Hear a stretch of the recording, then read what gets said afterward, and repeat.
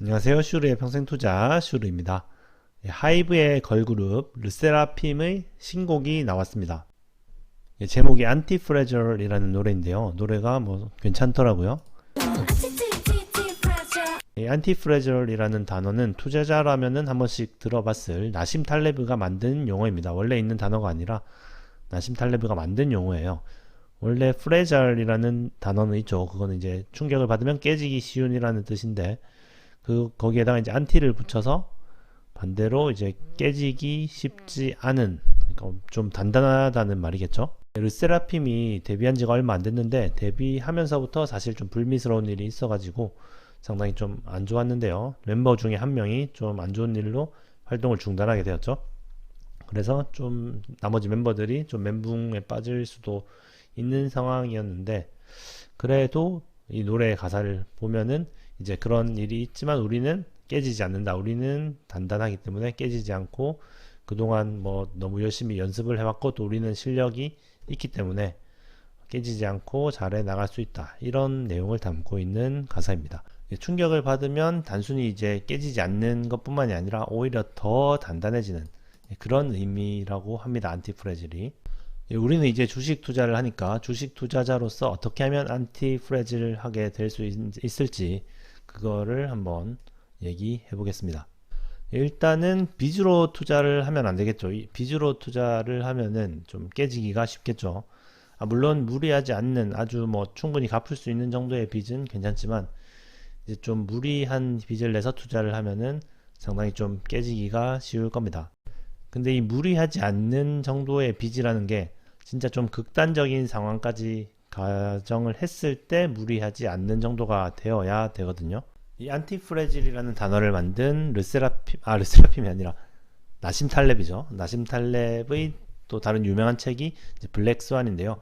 블랙스완은 예기치 못한 사건, 뭐 아무도 예상하지 못했던 사건, 그런 게 일어나는 걸 이제 블랙스완이라고 하는데, 이 무리하지 않는 빚이라는 거는 그런 블랙스완 같이 아주 극단적인 상황에서도 이제 아무런 문제가 없을 정도의 빚이 무리하지 않는 빚이라고 할 수 있겠죠. 이렇게 지금처럼 금리가 급상승할 때, 이럴 때도 어떻게 보면은 극단적인 상황이라고 볼 수가 있겠죠.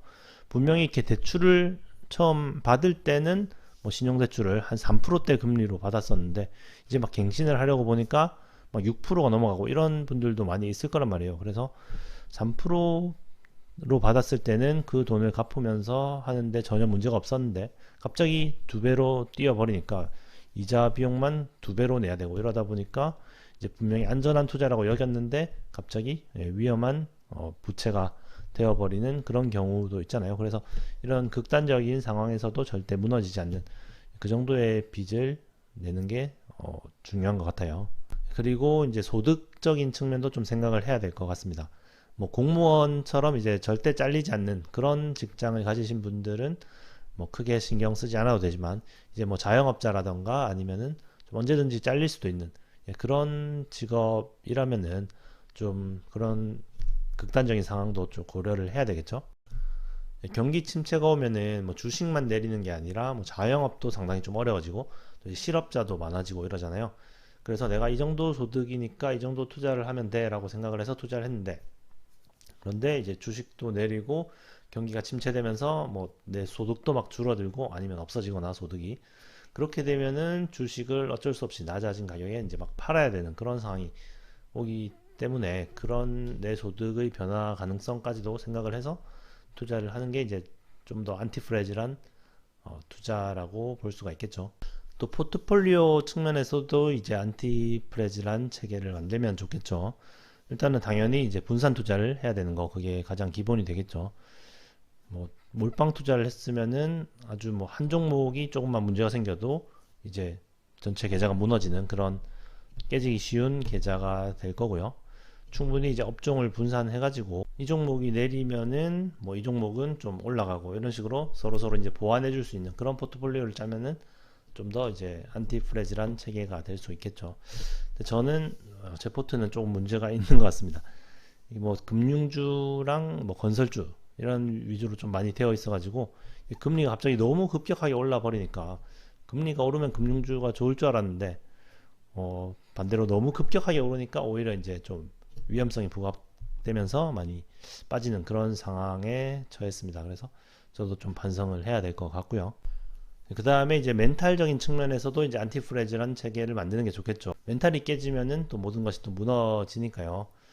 또 열심히 일단 공부를 해서 기업에 대한 확신이 있으면은 좀 더 이제 멘탈이 더 강해질 거고, 또 꾸준한 뭐 운동이나 뭐 이런 걸 통해서 이제 몸이 또 튼튼해야 또 마음도 튼튼하니까, 예, 그런 식으로 마인드 컨트롤이나 운동 뭐 이런 것도 안티프레즈란 체계를 만드는데 도움이 될 겁니다.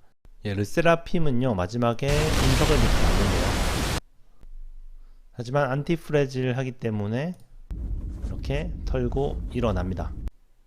예, 우리도 르세람핌처럼 안티프레질한 사람이 되게, 안티프레질한 투자가 되도록 좀 노력을 해야 될 것 같습니다. 일단 저부터요. 예, 그러면 211주차 계좌 확인해 보겠습니다. 먼저 저축은행 계좌는 지난주랑 똑같고요. 한국 주식 지금까지 1억 2,800만원 투자해서 현재 1억 3,320만원 정도 되고요. 지난주보다 제 계좌는 또 좀 내렸습니다. 일단은 그 부동산 PF 문제가 좀 불거지면서, 특히나 이제 레고랜드 사태로 인해서 좀 사람들이 좀 심리가 얼어붙어 가지고, 제가 가지고 있는 이제 한국금융지주나 이제 뭐 메리츠 같은 쪽에서 이제 부동산 PF 대출이 좀 많은 편이라서 그런 리스크가 부각되면서 제 주식들이 상당히 좀 많이 내린 편입니다. 예, 이렇게까지 좀 금리가 급격하게 오를 줄은 몰랐는데 이렇게 올라 버리니까 상당히 좀 위험성이 상당히 좀 부각이 되고 있어요. 저는 아직 괜찮다고 보는데, 근데 이제 금리가 더 이제 급격하게 계속 올라 버리면 좀 문제가 될 수 있을 것 같은데, 저는 그렇게 많이 오르지는 않을 거라고 생각하지만, 뭐 이렇게까지 오르는 것도 사실은 예상을 못했으니까 또 어떻게 될지는 모르겠죠. 하지만 그래도 예, 분명히 이제 가격적인 측면이 그래도 많이 싸졌기 때문에 그래도 이제 좀 계속 가져가는 수밖에 없을 것 같습니다. 한번 끝까지 가보시죠. 그 다음에 해외 주식 계좌 지금까지 800만원 투자해서 현재 1274만원 정도 되고요. 해외 주식은 뭐 지난주보다 좀 올랐고요. 그 다음에 자산 배분 계좌 지금까지 800만원 투자해서 현재 897만원 정도, 지난주보다 좀 내렸습니다. 그 다음에 엑셀로 보시면은 2018년 10월부터 방송을 시작해서 211주차까지 왔고요. 211주차 현재 예금 계좌 지금까지 0원 투자해서 현재 95,666원, 한국 주식 지금까지 1억 2,800만원 투자해서 현재 1억 3,329만 6,468원, 해외 주식 지금까지 800만원 투자해서 현재 1,274만 3,410원, 자산 배분 계좌는 지금까지 800만원 투자해서 현재 897만 2,583원이고요. 합계는 지금까지 1억 4,400만원 투자해서 현재 1억 5,510만 8,127원이고요. 수익 금액은 1,110만 8,127원입니다. 예, 수익 금액이 계속 바닥을 치고 있습니다. 빨리 좀 회복이 되어야 될 텐데요. 예, 아마 힘든 분들이 많이 있을 텐데요. 곧 지나가기를 바라겠습니다. 일단 또 이번 계기에 또 반성을 좀 해가지고 또 안티프레질한 그런 투자를 만들었으면 좋겠네요. 예, 그러면 시청 감사드리고요. 또 다음 주에 뵙겠습니다. 감사합니다.